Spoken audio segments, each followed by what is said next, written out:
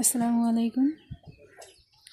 So finally আমি আমার মুরগিগুলো নিয়ে আসছি। এই যে দেখেন, এখানে আমার 50 পিস মুরগি আছে। তো এদেরকে আমি আইনা ঘরের ভিতর সাইডে দিয়ে রাখছি, যাই হোক ঘরের এক সাইডে। তো এখনও এদেরকে সিরিয়াল করা হয় নাই। আর এগুলার বয়স হচ্ছে আপনার 3 মাস। আর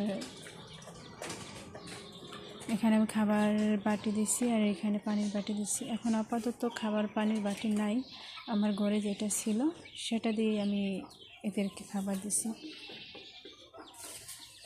যাই হোক, আলহামদুলিল্লাহ সবগুলাই সুস্থ আছে এবং কি এগুলার হাইস্ট ওজন হবে 1 কেজির কাছাকাছি আর কি, এরকমই আর কি ওজন হবে এগুলা মুরগির।